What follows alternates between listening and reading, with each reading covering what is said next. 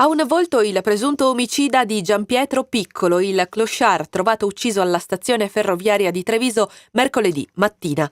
La polizia ha arrestato Andres Williams Guizzetti, 33 anni, cittadino italiano di origine cilena, già noto alle forze dell'ordine per i suoi numerosi precedenti in materia di sostanze stupefacenti e furti.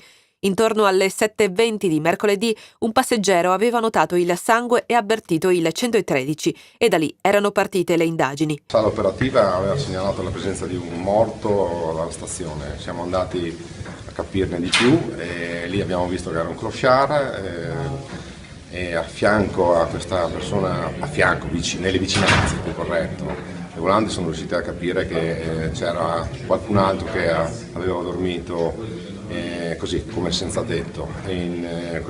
Questo ci ha permesso comunque nell'immediatezza di riferire alla sala operativa che era da ricercare una persona, perché il territorio, la squadra volante di Treviso la conosce piuttosto bene e cercando e ripercorrendo i pattugliamenti fatti nella mattinata ci si è resi conto che uno delle nostre conoscenze era in centro a Treviso. L'abbiamo avvicinato e lì abbiamo scoperto che, grazie ovviamente all'intuito dei ragazzi nella volante, abbiamo scoperto che era l'uomo giusto, è l'uomo che cercavamo, e quantomeno come testimone.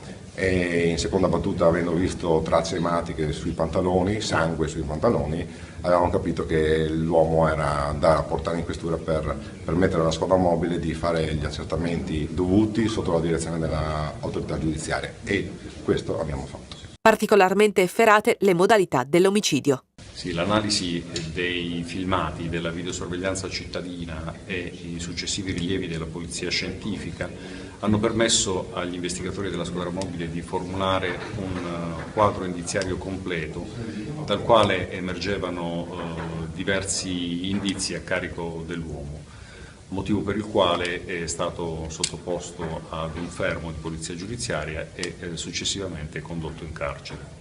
Come si sarebbe svolto questo omicidio secondo la vostra ricostruzione? Secondo una prima ricostruzione, mentre la vittima era nel sonno, sarebbe stata colpita ripetutamente con un oggetto contundente, verosimilmente una bottiglia, e gli sarebbero state inferte delle ferite secondo una dinamica particolarmente efferata, tanto da generare una grossa lacerazione sul volto e sul cranio. Delitto maturato nell'ambiente dei senza tetto, a cui appartiene anche il presunto omicida. Sì, si tratta di un delitto che è maturato nell'ambiente dei senza tetto, delle persone che spesso durante la notte si riparano in giacigli di fortuna.